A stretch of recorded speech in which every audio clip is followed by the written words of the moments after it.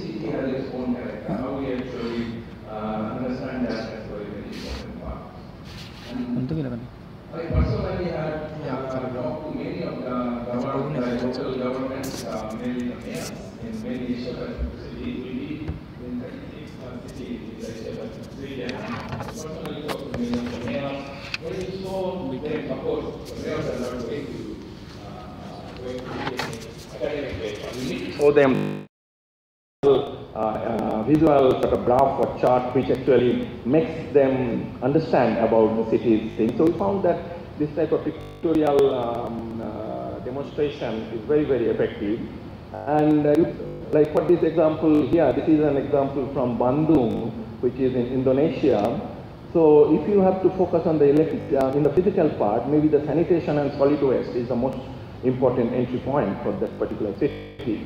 Similarly, if you have to focus on the social aspects, maybe education and awareness is the most important part. So how you prioritize your resources? And every city has its resource constraint, be it a developing country city or a developed country city. So how you actually prioritize your resources, I think that's very, very important. And here for Bandung, we try to find out this whole overall CDRI score, that what are the top 5 and what are the bottom 5 parameters. Top 5 parameters are the opportunities of that city, and bottom 5 parameters are possibly the risks of the city, which we need to enhance to reduce the overall city's risk. And again, I once again repeat that city has a very, very diverse character. Even a small city, Bandung is a city of around 2 million plus population. I've been working in this city from 1997, so for almost 22 years, and I've been seeing that how this Bandung is getting. That time the population was around 1.3, 1.4 million, and now it is more than 2.1 million. So over the last 22 years, it has grown very rapidly. But even like it has this 30 different wards, and I have put these blue dots on the lower bottom corner of each of the graph, where you can see that this particular graph shows the different levels of setting. That means the higher the setting is, higher the resilience. So if you see on the physical part, on this bottom one, it doesn't have the higher resilience on the physical dimension, but it has a very strong economic dimension. So we possibly that particular ward, we need to focus on more on the other aspects, which is possibly the physical one or the natural dimension and so on. So again, my main message here is the diversity within the city. We need to understand the diversity and try to make some customized solution. My another learning from this whole work is that cities are very, very dynamic. This was a project which we've been doing only for 3 years. This was with the World Bank and with my university. That time I was in Kyoto University, which was the Kyoto University World Bank, and there was an organization, Cities Network, called CityNet, where Mumbai is also a very strong member of the CityNet. So we worked in these 8 cities, and within 3 years, 2010 and 2013, we did the same analysis with the same group of people. We see that how the cities changes, and I just particularly highlighted this city called Hue, which is in central Vietnam. It's a small city of around 1 million population. You see that most of the cities have gained in the overall resilience, but Hue is the only city where the resilience is decreasing from 3.87 to 3.75. And what is the reason for that? The physical resilience, 4.35 to 4.44. That means the physical resilience has increased. That means some good work has been done on the infrastructure. But if you look at the social resilience and institutional resilience, and more importantly the natural resilience, those are the points where it actually brought down the overall resilience. So my again main message here is that it is not just the physical infrastructure which is important. Physical infrastructure is the skeleton of the city. That's the basic part of the city.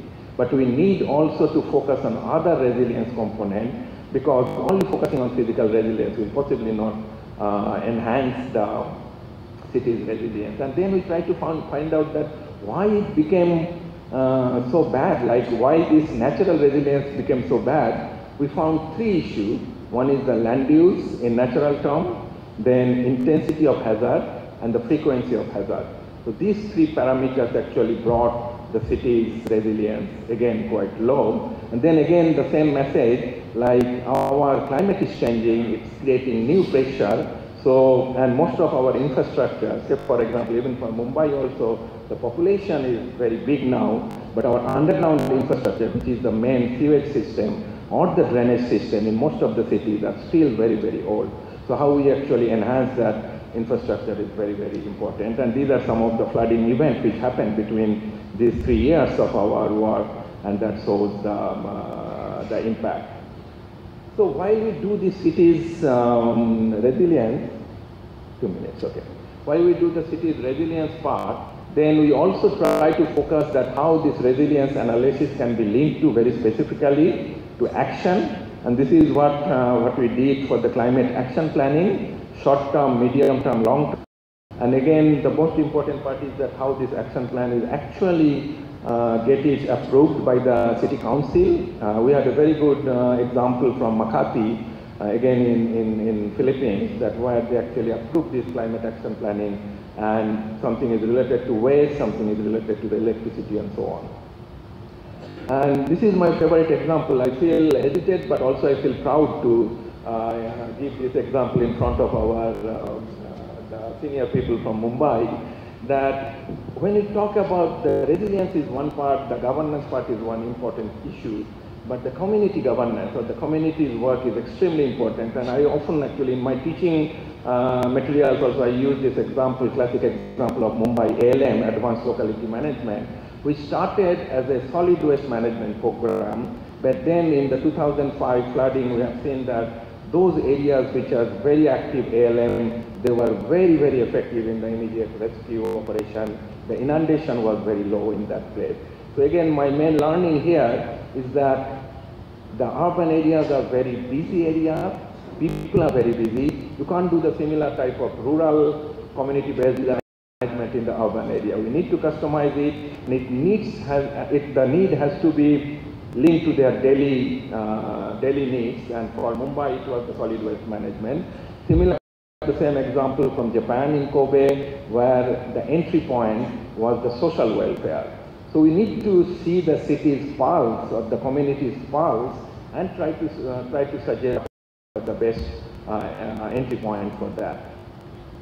So with that governance part, I know that my time is a little bit tight. I just take another 1 minute to 2 minutes just to show a very quick example on this education and technology part. The education one, this has been a project we have been doing with the funding from Ministry of Foreign Affairs of Government of Japan, and this was a little bit high-profile project because of this Kyoto-Kashi partnership. When Prime Minister Modi first came to Japan, he started his visit from Kyoto, and that's how this Kyoto-Kashi partnership started. And there we started this climate schools in Varanasi. So we put this automated weather station in 5 schools, and then each of the school had the other outreach school. So the main point is our behavior change.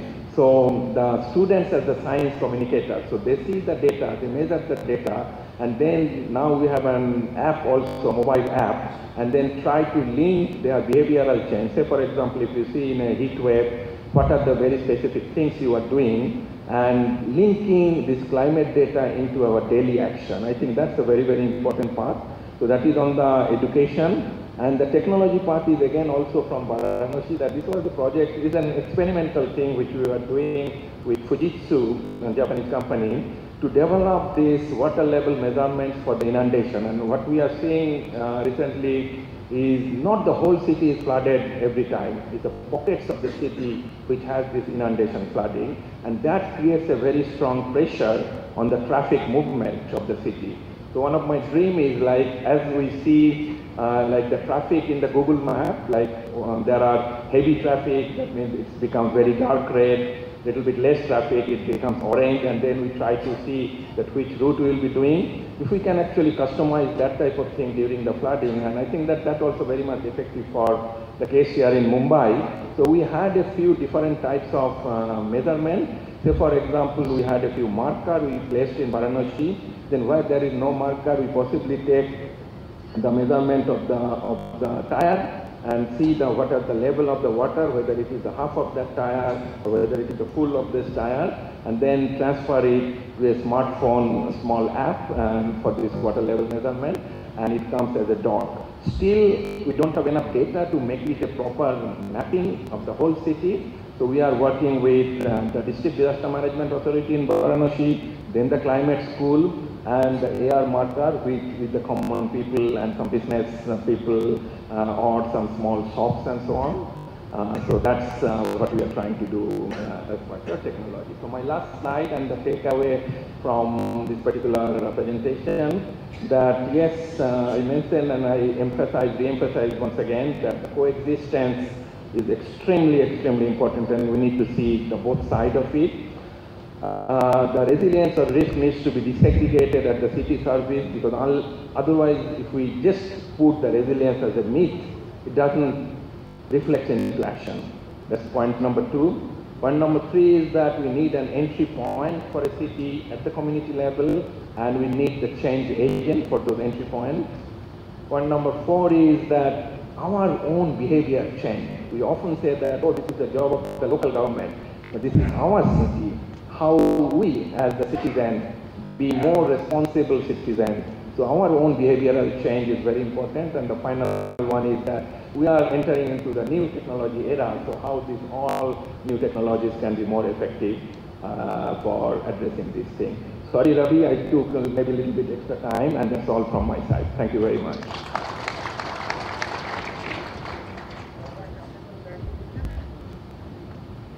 Thank you, Rajiv, for very successfully putting all the key points related to urban resilience together. Our next speaker is Professor Jyoti Parekh. She is the Executive Director of Integrated Research and Action for Development in New Delhi, based in New Delhi. She is also a former member of the Prime Minister's Advisory Council on Climate Change, and she was the founder of Indira Gandhi Institute for Developmental Research, a female think tank of the Reserve Bank of India. So I hand over to Professor Parekh.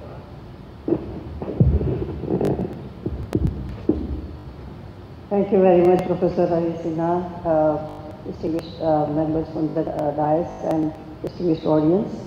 I'm very thankful to the organizers for arranging this enormous undertaking, and I'm very happy to see that there are 400 papers submitted, and this is quite surprising for me, I must say, because when we began this work in 2008-9, there was hardly anything to go by. That time, so I congratulate Professor Janki Aditya, Professor Sinha, and Dr. Bharat Chakrabarti for putting up this enormous event. It's good to see that young people are also involved in case studies, and they are because the awareness is the first step in any disaster mitigation, and I feel that once that gets going, we should be able to do well. I was also involved in IPCC's 2nd, 3rd, and 5th assessment. And well, earlier, if you are in an IPCC earlier, you get a Nobel Prize, so that was good for us to get that. But now they also have IPCC cities, and that is looking after disaster management issues. But I think we need to go beyond disaster management and talk about disaster resilience and disaster mitigation. Because when we began, we realized that every hazard does not have to be a disaster, and when it happens, either you are caught unawares or you are not prepared, or there are things there before disaster happened, and this just so happened that this particular hazard led to disaster. And sometimes I must say some cities have learned lessons, and they have reduced they have dealt with hazards very efficiently and stopped it from turning into a disaster. So I would, when we started this work, we thought first there were some very intensive city case studies of Surat, Indore, etc.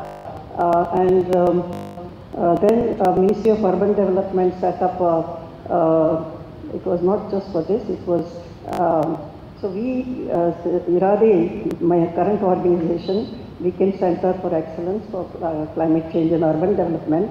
And there were others on transport, so there are 10 of them around the country. I and Ahmedabad was for transport and so on.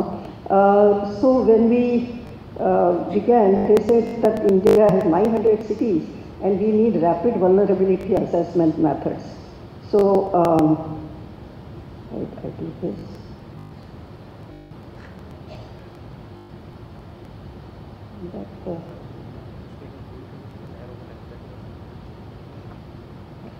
And luckily my organization works in several issues, energy, power, environment, poverty and gender, and agriculture and so on. So it's possible for us to address whatever issues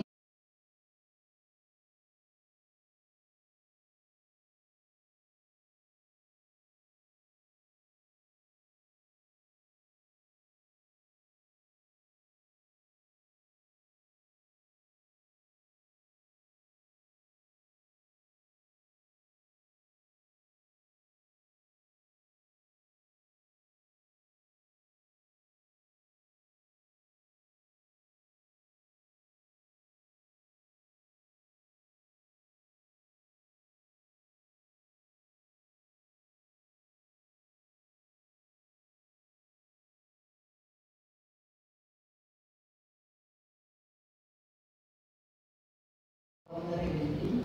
So 400 Indians are saying that trade is songs and cycles is much higher. And floods are, I think, because people live around water, and we have the both coastal and riverine cities, and sometimes the lakes have this problem of flooding. And sometimes without any reason this can happen because of the bad urban planning, land use planning. So I would just give you, although we've done 35 cities, I'll give you some list of 10 cities of India, which is a mix of coastal cities, mountain cities, Himalayan cities, metros, and so on. Yeah, the arid zone as well. So what we call in those days, I mean now we have a little bit more detail, we are developing vulnerability index, but hazard age, and that could be temperature, precipitation, and there are other, so what it could lead to. So that is, precipitation can lead to floods as well as droughts and so on. So I sent for infrastructure, and that includes basically water systems, drainage systems, and this is all power, transport, road management, and solid waste management. And we have now service level benchmarks for all these, and every city must handle that. We also have governance, G is for governance, and that's about the transparency, accountability, finance and so on. Even when people send money, if there is no accountability, proper way to handle, people are not helped and leads to corruption also. So there has to be, all these things have to be there. And first of all, this accountability also results in better execution of the projects, and they are not just on paper. S stands for socio-economic issues, and that includes poverty, slums, and age groups, and gender, and so on. So that is also an important aspect. So, for example, now if you see these 10 cities, The Dehradun, Hyderabad, Pune have a moderate risk of flooding. High risk are Shillong, Bhopal, and Ahmedabad because they are on the river or lake. And severe risks are Bhubaneswar, Guwahati, Srinagar, and so on. And we have seen that this is happening. So earthquake similarly. So basically, we try to get the hazard timeline. How in last 60 years, how many times these cities have been affected. And certainly, when the frequency is high, you must make some arrangement to deal with it. And if you have high risk, then you must be prepared for that particular hazard. So your preparedness can differ from hazard to hazard. Moderate risk for landslides and so on. So cyclones and windstorms, medium and high. Heat wave vulnerable index, you have low is 34 to 30 for Pune, but moderate can be, it can exceed of course, but basically this is the average type of issue. Moderate is 40 to 35. So we kind of thought that we should give different people idea about what they are likely to face given the history, 50 or actually some cases 100-year history. And that's very important. Now, so exposure to hazards, we combine all of these, and when it is high, the width of that color is high and low is less. And then you could see that this is a all cities have facing multiple hazards, and you could see Ahmedabad, for example, facing earthquakes, and though it doesn't face landslides, but all the other issues you can see, floods and so on, heat waves especially, and industrial hazards also will be set higher especially. And so that's industrial is like that. Depends on what kind of industries they have. So Srinagar, Ahmedabad, Dehradun, Guwahati, and Visakhapatnam are among the most vulnerable cities for natural and man-made hazards. Some cases, water scarcity, something, floods and so on. So they have to be prepared for that. Urban population growth, what has been in recent times and traditionally, and so that is one thing. So I'm now going to socio-economic conditions. So I have finished with the hazard. Now the socio-economic conditions, slum population. Slums are especially vulnerable, and you have to be prepare them for many eventualities. Per capita water supply, if it is low, then less required, then you need to worry about them in drought conditions and so on. So we also see how much progress they are making in the recent times. So almost 70% of the urban households have access to tap water, and but almost 54% of India is in cities high to extreme water stress conditions. Sewerage and sanitation are very, very important issues because if not managed, they can also lead to the multiple hazards generated by one hazard, which may be floods, but then comes epidemics and disease, and so if that becomes very crucial. And rightly, many municipalities start cleaning the drains, but as sometimes another population occupy those drains and make it difficult. So Srinagar, except Srinagar, almost all the cities have tried to achieve 80% of the toilets at household community level, and none of them are reaching 100%. This is for 2014 data. But it's very difficult to get more recent urban data, and it takes a couple of years before they give you the data. Stormwater drainage is very essential for stopping floods. Solid waste management also, as I mentioned about the, and what is the average efficiency in water waste collection, and what is the amount of segregation being done, and so on. So we went to that that kind of details. And finally, we have this chart of low, medium, high, etc. And you could see that some cities have managed to, Dehradun has adopted optimal adaptation strategies, and it is, Dehradun is 1 to 4, and you can see the vertically, there are no reds in the Dehradun. Ahmedabad also is doing well, and so on. Shillong has a problem, Bhopal has problems, Visakhapatnam, and so their red parts are highly vulnerable. So using GIS tools, critical infrastructure and maps are prepared. So I think this is where a lot of work was involved, where we tried to actually develop digital elevation model and try to do flood hazard assessment.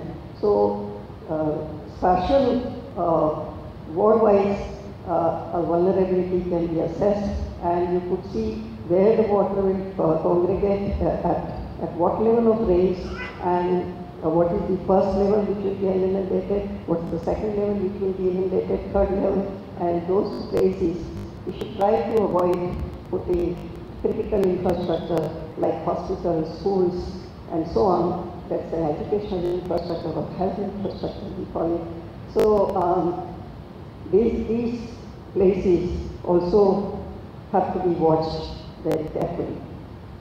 And also slums should not be located there, but unfortunately those places are very low land prices, and they get there. Similarly, this is another map for Ahmedabad, and there we have the Sabarmati River, and then we have highlighted critical areas where we need to watch out. But Srinagar is another hazard assessment map. So after doing these detailed exercises for actually various detailed level of detail, these 10 cities we have done with GIS tools, but there are others which we have done without, and identification of the vulnerability factors within cities, community engagement, identification of strategies and integrated strategies, which we, especially on land use and so on, and community, approaching those communities and so on. So, since we are working with the Ministry of Urban Development and city governments, recommendations are an important part of our work, and more so that publishing papers at this stage. But I mean, earlier also I did a lot of publishing, but now we work very hard to work with the people. And information about onset, duration, and passing of a hazard event, and that's a database they should keep. City disaster management plan should be developed. Here UNDP has done a remarkable job and prepared a hand-holding exercise for preparing city disaster management plan, and we were fortunate enough to work with them for 6 cities. So natural resource management to macro and regional planning, and there you look at the water bodies, and also you be careful about mangroves and so on, and not remove them, which has happened even I think in Mumbai. Governance and institutional framework pursue disaster risk, so urban local bodies need to be prepared for this, and their coordinated disaster response system should be there. Financial independence and self-sustainability of municipalities is also very important. Technical capacity of UNB, how to increase that, and I think here NIDN is playing a very big role. Robust infrastructure, stronger transportation system, water supply. Sometimes if the road caves in, then you cannot approach the vulnerable people beyond that road, and that can also lead to problems. But as I said, we are trying to do the work so that that does not happen, and not how to reach after road is caved in. Improving socio-economic conditions, and here it's very important to know the disadvantages. Investment and interventions are also to be mobilized, and that's the hard part. Actually, we heard something in the business session also. And some of these people have contributed not just this one, but various parts of our work, Rockefeller Foundation and so on. We are all thankful to them. We have a long team right now, but also over the years, some people have worked for 2 years, 3 years. We have continued to work in this area, and yes, thank you very much.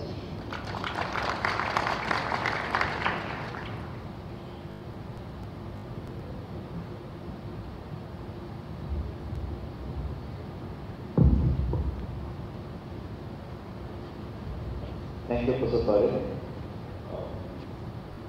In order to ensure that we have time for the comments and observations from the co-chair and also for some discussion, so we are trying to request our panelists again and again by being rude, so I hope they are not minding it. Our last speaker of the panel before we go to the discussion stage is Mr. Venkat. He is the Director of Disaster Management in the Municipal Corporation of Greater Mumbai. He is a highly well-regarded and very long experienced expert in how to best mobilize and how to best strategize the administrative abilities and the financial resources available within the government to strengthen disaster risk management. And he is going to share the achievements and the experiences of the Mumbai city in the initiative to do this. Thank you so much. Good morning, respected chair, co-chair, my colleague panelists, friends. I will talk about Mumbai because I represent Mumbai. Mumbai is a state of it's a capital of Maharashtra state and the financial powerhouse of the nation. Last 3 decades in Mumbai, we have experienced various unprecedented disasters. Actually, till 1999, after we formulated the disaster management department in Mumbai Municipal Corporation, we were not aware of what is disaster, what is DRR, what is resilience, and all those terminologies were new to everybody. But since last 3 decades, the unprecedented disasters, man-made as well as natural disasters, including terrorist attacks, serial bomb blasts, deluge, flood deluge, and all those things, taught us a lot. So every disaster was a learning lesson to us, and taking all these lessons together, now after almost 30 years, we are reaching to some point, reaching not to that benchmark, but approaching towards the resilient city. So what measures we have taken, how Mumbai is vulnerable to various disasters over the period, which I would like to share today with you. If you can see Mumbai is a very live city. As I said that Mumbai is a very densely populated city. People say that you go to Mumbai, you get everything. Similarly, you get all type of disasters also in Mumbai. Mumbai is prone, moderately, in fact, prone to all types of disasters. If you can see, hydrologically, geological, chemical, epidemics, everything is available in Mumbai. Now, why Mumbai is prone? Actually, if you see Mumbai, it's made up of 7 islands. Over the century, these islands are reclaimed, and most of the reclaimed area of the islands are below mean sea level. And therefore, whenever there is a heavy rainfall, coupled with the high tide, the low-lying area gets inundated. And that's a regular phenomenon. Every monsoon, we have the low-lying area get inundated. And as I said that Mumbai is a financial powerhouse. We cannot keep the city standstill for a day. Keeping city standstill for a day, the cascading impact of the national GDP. And therefore, the corporation, Mumbai Municipal Corporation, this is the nodal agency for handling natural disasters, taking all the efforts to keep the city live and in a functional condition. The most important vulnerability of Mumbai, if you can see, the population density. The population density as per 2011 census is around 12.5 million. The floating population within the city, more than 4 million commuters are commuting every day or floating every day from northern part of the city to the southern part of the city by using a public transport. Unfortunately, the public transport in Mumbai are not of that standard, and therefore people are using private transports, keeping pressure on the road network and the railway networks. If you can see, very interesting statistic here, daytime population of the South Mumbai, 1 square kilometer you have more than 4.50 lakh people, 450,000 people. And if you see in the night time, just 17,000 people. If you can see anything happen during daytime between 10:30 to 5:30 in Mumbai, to evacuate the city from South Mumbai to North Mumbai, even from the outskirts of the city, people are floating in Mumbai. It's a great challenge to the disaster managers. You can see the huge stock of dilapidated buildings, old 100 years old buildings. They are in these conditions. More than 2 million people are occupying these buildings and at risk, high risk. We have landslide prone areas. We have regular landslide incidents happening in Mumbai. More than 300,000 people are staying in these buildings, these landslide prone areas. Mumbai, almost 55% population of Mumbai resides in this type of informal, unengineered, unplanned structures.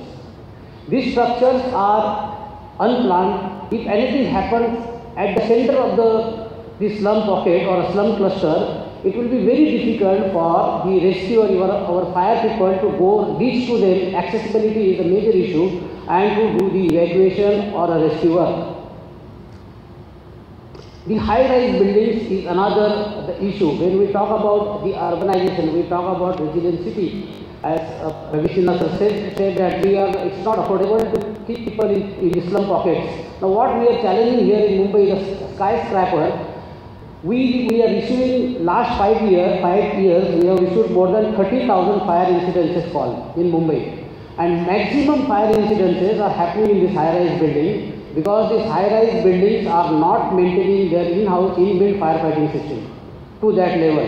They are doing the firefighting system. Once they get the occupation certificate, they are going away with that, and the firefighting systems are not maintained, and you will find that most of the fire incidences are happening. And again, when the fire incidences are happening in these high-rise buildings, it is difficult for us to enter to that area because of the parking issue.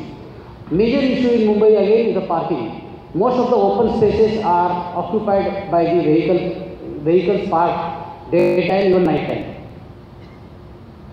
Traffic congestion. As I said that more than 4 million people are using public transports.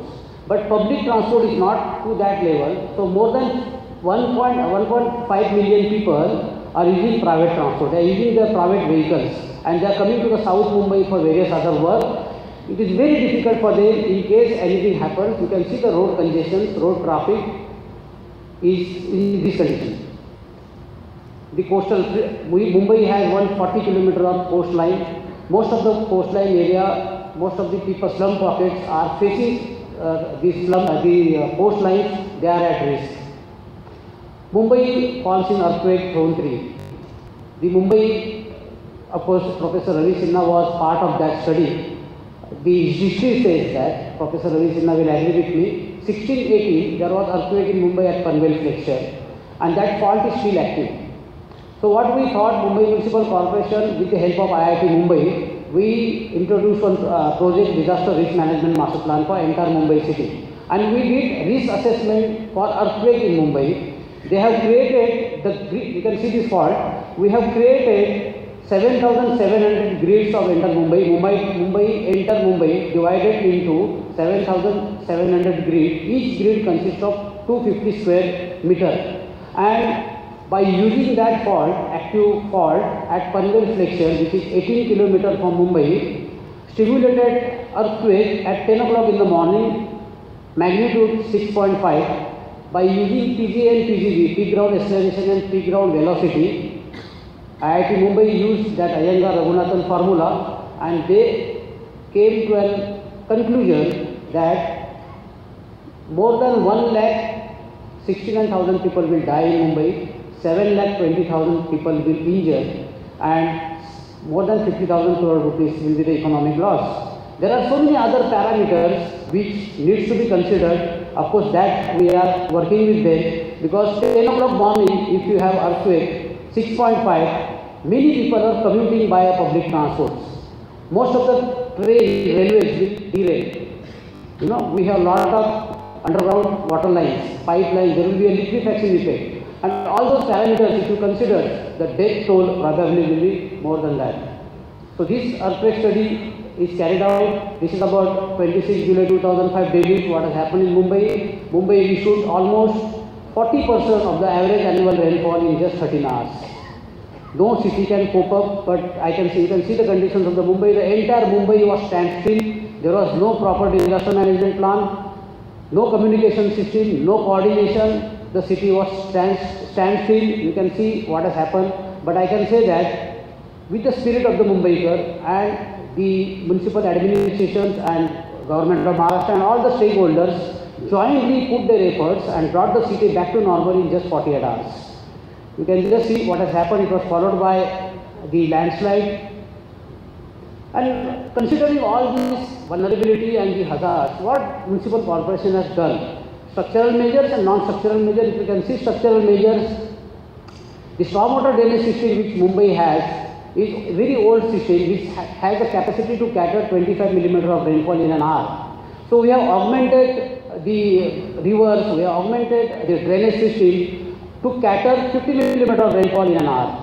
The runoff coefficient means the Britishers has developed the stormwater drainage system considering 50% rainwater will get percolated in the ground and 50% will run off. But over the period, because of the concretization, now there is no place for percolation of the water in the ground. Therefore, 100% runoff is there. And therefore, the system is designed to cater the rainfall, 50 millimeter of rainfall in an hour. So this is the major work we have done. You can see the major river, Mithi river we call, was 18 kilometers, is going below the runway. So we use the technology, trenchless technology, and we have widened even that portion. The pumping stations are installed because many low-lying areas needs to pump. So we are pumping it at the rate of 6,000 liters per second and discharges into the sea to give a relief to the citizens.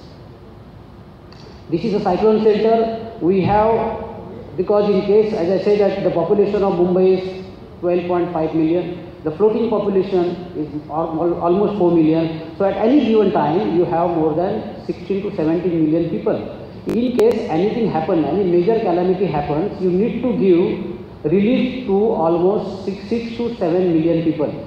For giving relief to 6 to 7 million people, I need to have almost 7,000 shelters. From where I will get the stock of shelters.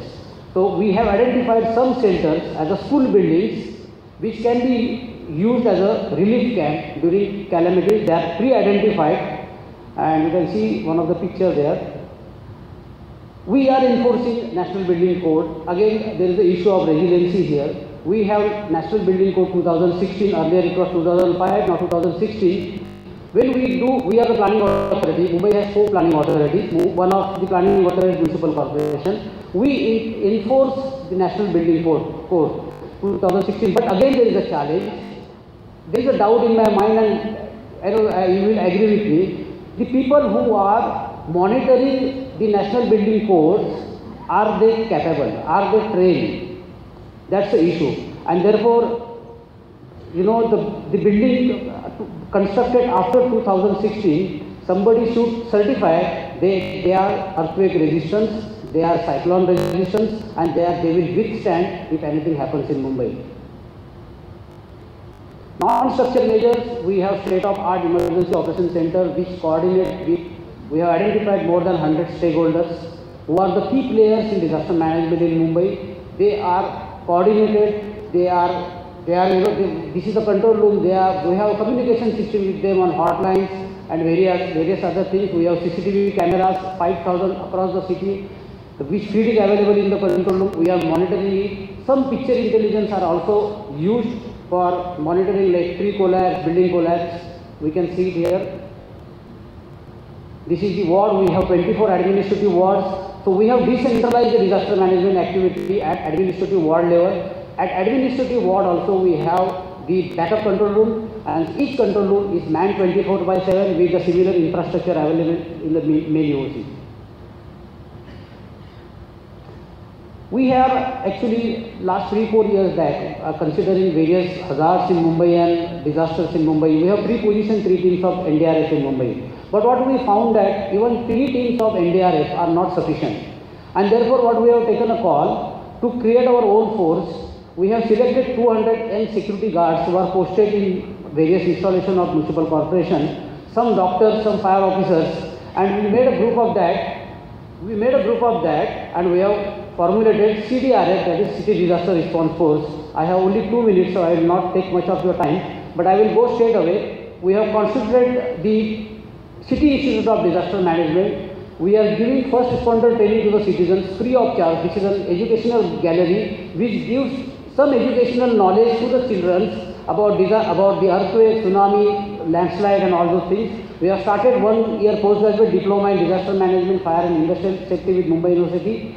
The most important thing which I would like to show you is about GIS, the madam was mentioning about. So what we do, we have 60 automatic weather stations in Mumbai. The rainfall and other weather parameter information which is available weekly, I am pushing it to the app and the mobile, this website to the citizen so that citizen can take the rational decisions. We have a lot of other features in the app. You can download the app which is available on Android as well as iOS. We are using social media platform to reach to the citizens, vis-a-vis citizens to reach to me. I will just show you, we are using complete full-fledged GIS. Now all the resources and hazards are mapped on a GIS base map. I am just showing you that if suppose that particular point, the water level goes up, the sensor will send me a message that water level has gone to this level. If water level is crossing certain threshold value, this red area is at risk, I will have to evacuate them. The data shows me that is already mapped on the GIS base map. How many slum dwellers, how many hutments I have to evacuate, where I have to evacuate, which is the nearby shelter where I have to relocate them, which is the shelters, which is the transport agency who will take them to the shelter, that is mapped on a GIS base map, who is the food packet supplier who will provide food packets to the relief, to the victims, that is mapped on a GIS base map, which are the medical services nearby who needs to give medical assistance to the victims in the shelter, they are mapped on the base map. So all this is available on the base map, and this is been controlled. The user interface for this is the CCS, command and control software, and the command and control software talks with the GIS base map and pushes notification to the stakeholders, and so stakeholders then activate and they take necessary action. This is about, so we have identified almost 102 type of disasters, including CBRN, including flood, earthquake, tsunami, and the resources are mapped. And this is just an incident I am showing you. Last 2 months back, there was fire on BPCL area. You can see this fire, and the fire, once it was recorded in my system, the nearby camera was pop up on the GIS base map, and immediately it was shown on the base map, and then the resources were mobilized. The system is showing me that which is the area at risk in that buffer that it needs to be evacuated. I will get a detailed attribute of that slum pocket, where they have to be shifted, who will shift them, what facility they need. Everything is mapped on a GIS base map. Therefore, the technology at most is used to manage the disaster in city of Mumbai. And this is what the best efforts we are taking at our level. So you can see this. So this gives me the dashboard. At any given time, how many incidences are happening in Mumbai, you can see on a GIS base map. So this is completely on GIS. In 2011, we got the role model city recognition from UNISDR. Thank you so much.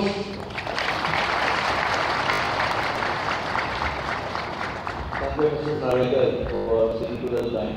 I would now like to invite the panel co-chair, Ms. Antonia Lozaga, to give her remarks and her observations. Ms. Lozaga is the chairperson of the International Advisory Committee of Manila Observatory and has had a very outstanding contribution in bringing multiple stakeholders together to make Manila disaster resilient, including the involvement of the local community and also the involvement of the private sector.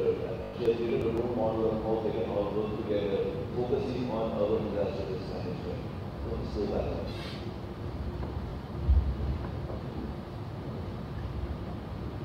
Thank you very much, Mr. Chair, and thank you to all the panel speakers for your excellent contributions this morning.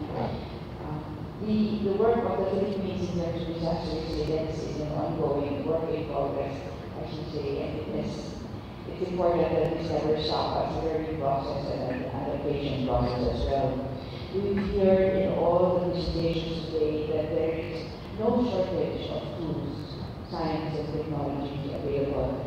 And the key at this point in terms of bringing all these tools together, Professor Ravi talked about CDRI and Madam about NICS, and the gentleman from the School of Corporation of Mumbai, and the excellent use of remote sensing and GIS technologies, is whether or not we choose to go by what we call evidence-based information in decision-making, or evidence-informed information in decision-making.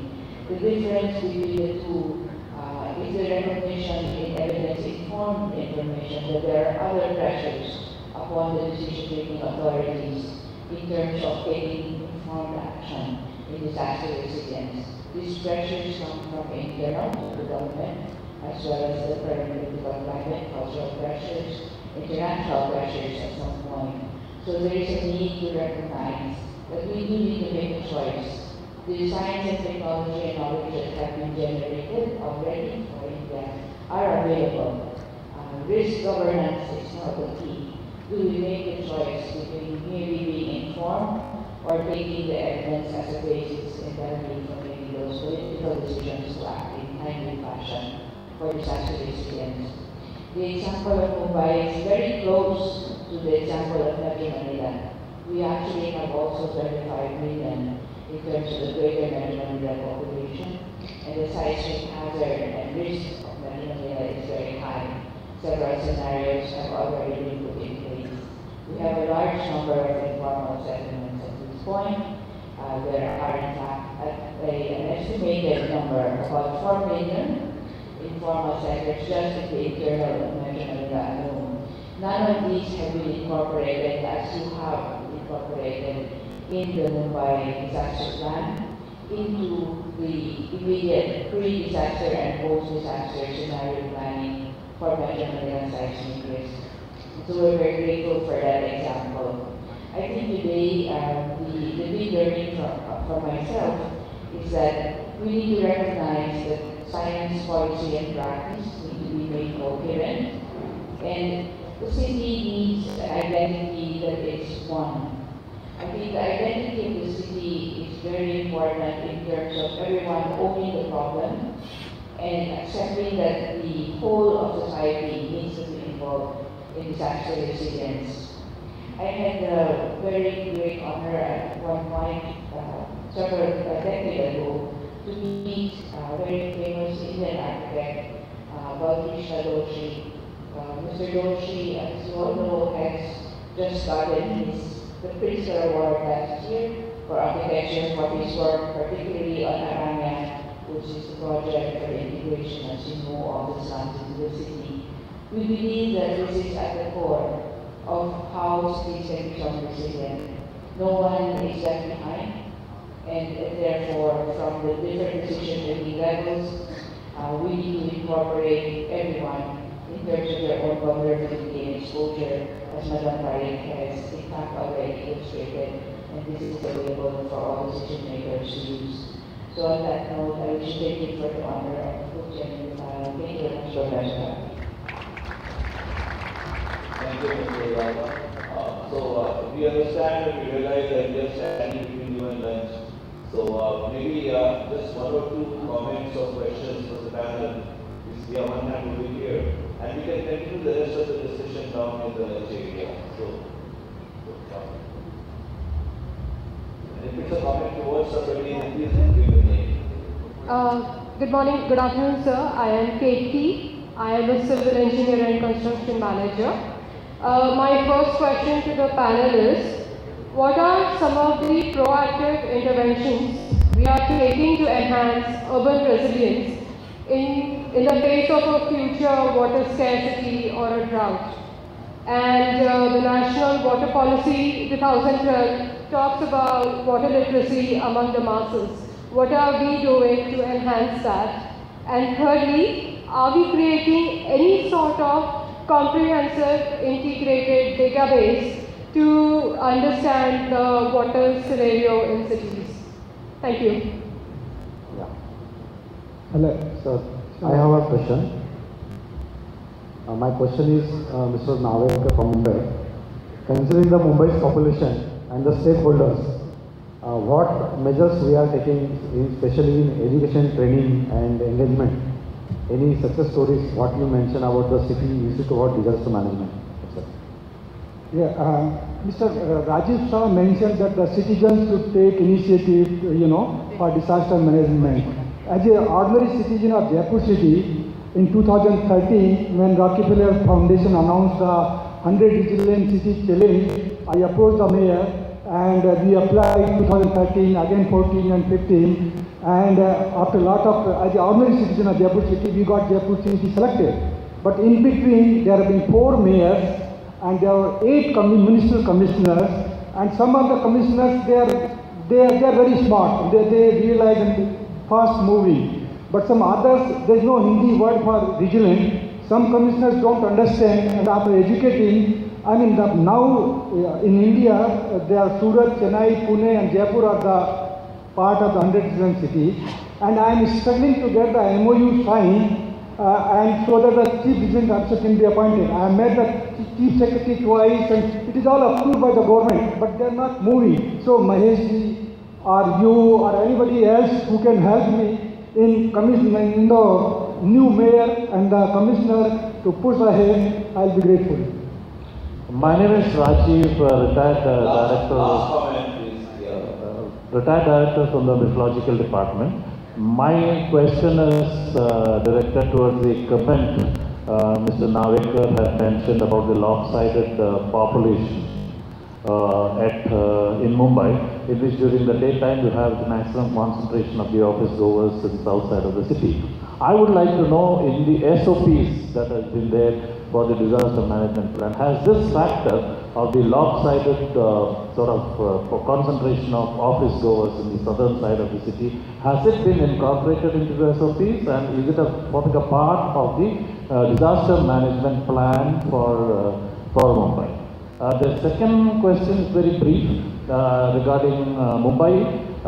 The long-term effect of climate change, which results in maybe 1.5 degree rise in temperature or maybe some extent of coastal inundation, has that also been factored into the disaster management plan of Mumbai City? Thanks. Can I have a, Can I have one last question? Yes. So I think we can have more of the comments during the lunch break. Right now I will just pass the Can I have one last question? No, let us do it in that. I would like to pass the mic to our panelists one by one, and then they can address all the issues raised. Thank you. I think we need to have advanced contracts for provision of water. The solutions to differ from city to city, whether big, small, large, and so on. But also when maintaining your water bodies, so that some of them empty, so wherever excess water is there, somehow we can divert it there and use it same as the water reservoir.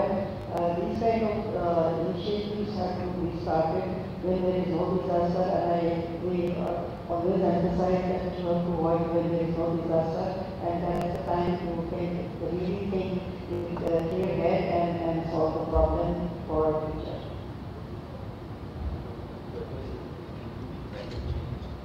Climate change, again, is a precipitation issue where earlier we didn't have the entire year's rainfall used to be spread out evenly, but now sometimes the same rainfall falls in 3 days, and that's the time when confirmation and many other things matter that we have from Mumbai presentation. And this is why again the reservoir issue that I mentioned, somehow we need to have critical basis, somehow that needs to be stored at that time, and of course that's clean that water. But some arrangement for that of that sort need to be thought about, especially in large cities. But climate change also means cloudbursts, rainbursts, and many other issues. Since it was floods and droughts are real issues, and also cyclones and so on. So it's a subset of all disasters. Many disasters are separate and earthquake and they are separate, but they are subsets of all disasters. like to address 2 points. One is on the urban water scarcity, what the professor has pointed out. The urban water scarcity is a very, very complex phenomenon. It's not just, you can't just blame climate change always. Of course, climate change is one point, but our lifestyle change is also very, very important issue. Now we have maybe one car, we need to wash the car, maybe one big garden, and we need to possibly put water on the garden. So our lifestyle change is also one of the critical issues we need to rethink. And for that, very recently, actually, earlier this year, in January, the first beginning of January, we published a book on what we call the urban route. So if you just Google urban route, and I think you will be able to find out that one. And there we try to address this urban route issue across Asia Pacific, major megacities, but not only just the megacity, also the small, medium-sized cities. Because what megacity is currently facing the problem, that's a fate of the small and medium-sized cities in the next maybe 15 or 20 years. So we need to look at both these issues. So that's one very important point, and thank you for bringing it out. And going back to this mayors issue, this is always a major challenge. The mayors changes, the senior bureaucracy changes.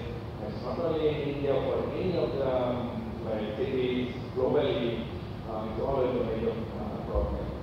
But one thing I'd like to point out here, and my own personal experience is one of the very senior mayor. I won't name the mayor and the city, but he told me once that don't try to convince me what I need to do.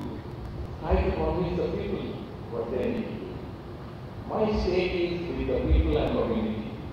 If the people and community tell me, if there is a constant pressure on me from the people side, then I will do it, and possibly the next 5 mayors come in my state, they will also continue doing that.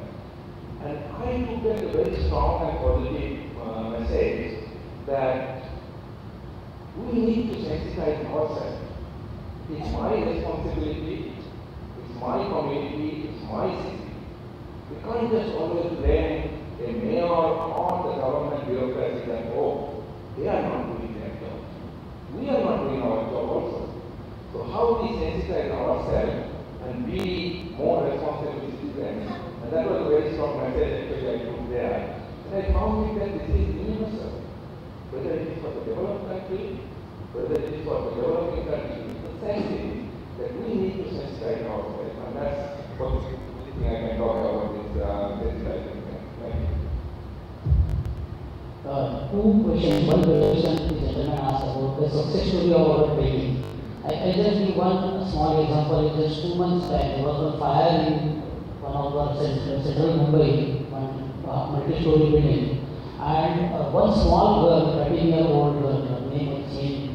She was there in the building. And she has taken our training, first responder training, how to do a firefighting and all those things. And she had intellectually, using presence of mind, saved life of 70 people.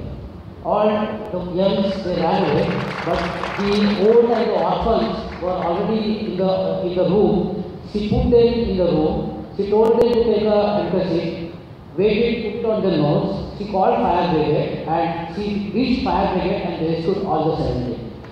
As regards climate change adaptation, Mumbai Municipal Corporation is also taking various measures in climate change adaptation to make the city resilient. The first important thing, we are going to now close all landfill sites. We have already closed 2 landfill sites by crediting methane. Second, most of the diesel BST transport, public transport, is converted into CNG gases. Most of the street lights are converted to CFL. So various measures we are taking. In detailed discussion, if you want, we can do it separately. Thank you.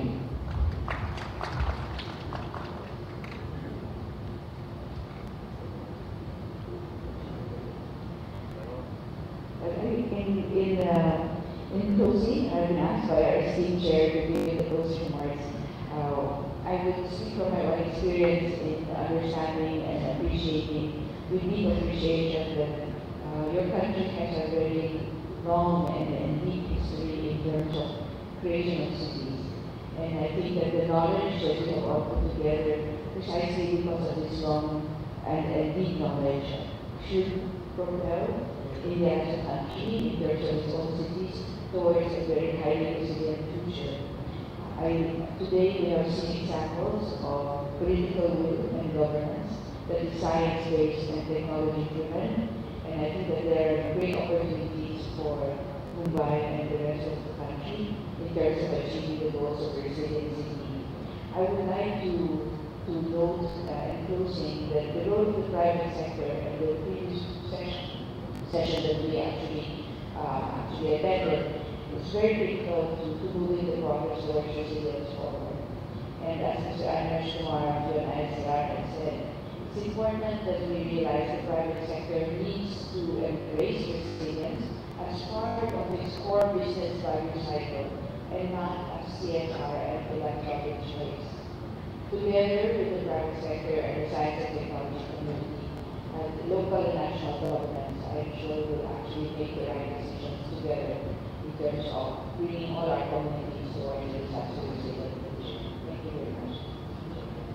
Thank you. So let us show our appreciation to all the experts and also to the co-chair. And with this, I now close this last plenary session. Thank you all very much.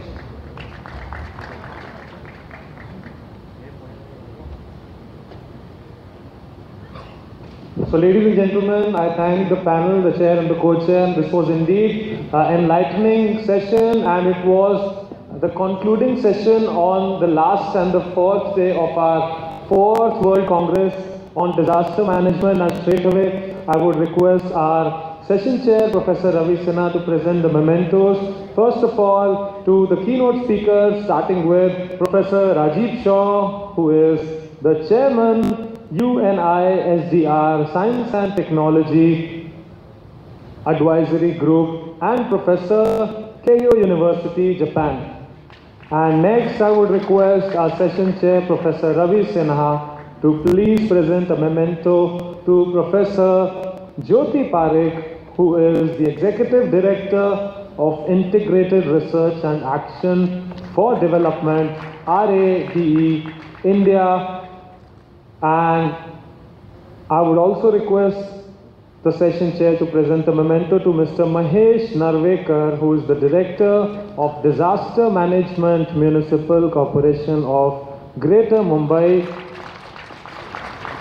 And also a memento to our session co-chair, Ms. Antonia Loizaga from Manila University, Philippines.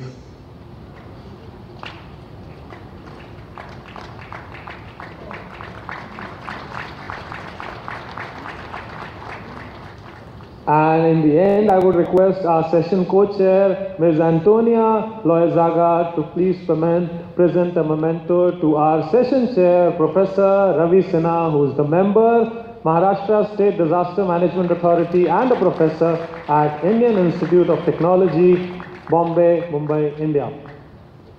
And I have an important announcement for all of you that sharp at 4 p.m., commencing from 4 p.m., we would have the valedictory session and the closing ceremony. So all of us need to gather in this very hall for the final closing ceremony and the valedictory session. And along with that, simultaneously, the sessions that are scheduled as per the planners, as per the booklets you've got, which would start from 2. So I would request all of you to please rush to Kshitij Lawn for the lunch. Please enjoy your lunch. We'll see you at 4 p.m. and do attend the sessions from 2 p.m. Thank you so very much to the panel, chair, co-chair, and all the dignitaries and ladies and gentlemen present in the hall.